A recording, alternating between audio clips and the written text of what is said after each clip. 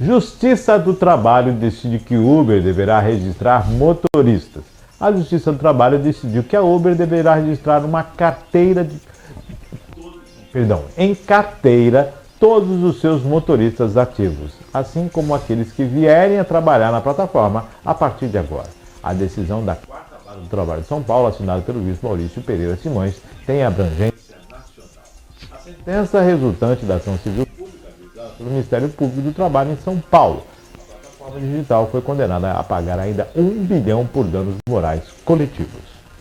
A Uber poderá recorrer da decisão, segundo a sentença.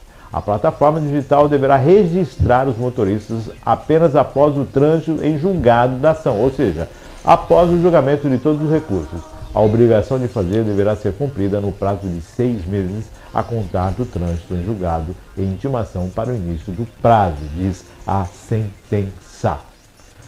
O Ministério Público do Trabalho de São Paulo ajuizou a ação civil pública em novembro de 2021, solicitando à Justiça o reconhecimento do vínculo empregatício entre a empresa de transporte e seus motoristas.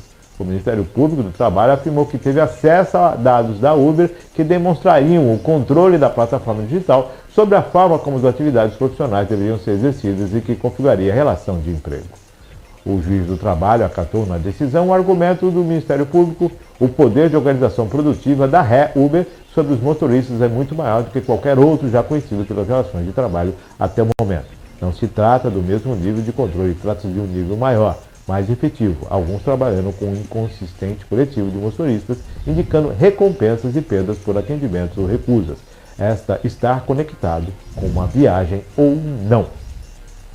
Segundo o coordenador nacional do combate às fraudes nas relações de trabalho, Renan Calil Bernardi, o processo que resultou na decisão é de grande importância para o debate sobre o tema no Brasil, em razão de revelar a dinâmica do trabalho via plataformas digitais.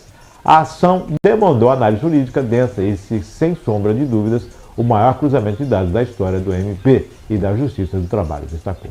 Em nota, a Uber disse que irá recorrer à decisão e que não irá adotar nenhuma das medidas exigidas pela sentença antes que todos os recursos sejam esgotados. A Uber esclarece que vai recorrer da decisão proferida da Quarta Vara do Trabalho de São Paulo e não vai adotar nenhuma das medidas elencadas nas sentenças antes que todos os recursos cabíveis sejam esgotados, foi o que declarou a Uber. Lembrando que tem uma multa aí de R$10 mil, né? A empresa disse também que a decisão causa evidente insegurança jurídica. A decisão representa um entendimento isolado e contrário à jurisprudência do que vem sendo estabelecida pela segunda instância do próprio Tribunal Regional do Trabalho em julgamentos realizados desde 2017, além de outros tribunais regionais e do Tribunal Superior do Trabalho.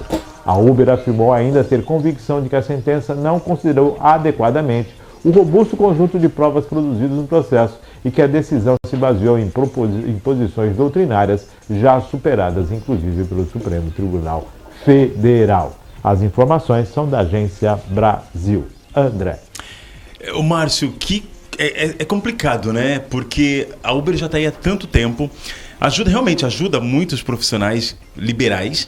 Eu acho que, na verdade, eu acredito, vou mudar um pouco essa fala de achar para não gerar nenhuma indecisão. Eu acredito que não é o momento desse tipo de decisão em relação a Uber obrigar. É claro que tem um ponto positivo para o trabalhador liberal nesse sentido de estar da seguridade que se tem quando se registra em carteira. Mas eu não acredito que esse seria o momento de ser cobrado juridicamente que a Uber passe a registrar todos esses funcionários, porque perde um pouco da intenção do que foi a Uber. A Uber, ela nasceu do intuito de ajudar os profissionais liberais. Eu acredito que, claro, poderia ter um vínculo empregatício que pudesse ser a favor desse profissional, sem dúvida, mas a partir do momento que ele, sendo um profissional liberal, e aí tivesse, de repente, o CNPJ, de repente o registro do microempreendedor individual seria cabível nesse caso, a prestação de serviços de duas entidades CNPJs, nesse caso, também acho que viria a calhar, mas o fato de querer obrigar a Uber a registrar todos esses profissionais liberais, eu acho que não cabe. É claro que eu estou falando aqui do ponto leigo de uma situação, não estou levando em consideração nenhum ponto jurídico ou a parte litígia da lei, mas do ponto de vista neutro, eu acredito que não seria o momento de querer obrigar a Uber a registrar isso. E claro, pensando que também, por outro lado, seria muito positivo para o profissional que espera a seguridade dos benefícios da lei. O que a lei que rege essa questão do trabalho, do capital trabalho, desse vínculo empregatício, ela observa, isso acontece muito com as MEIs, né? Ela observa a condição de contrato.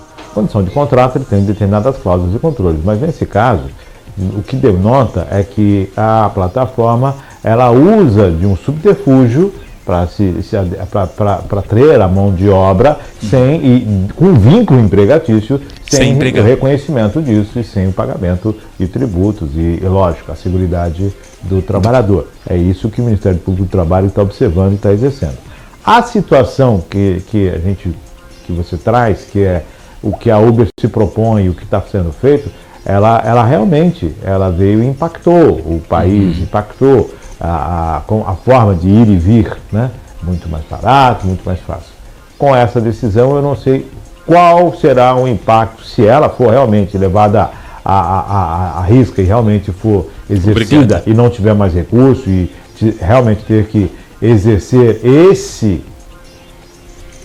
vínculo empregatício, tecnicamente a Uber vai ficar muito mais cara. E eu não sei se vai se tornar ainda viável se ter o Uber no país.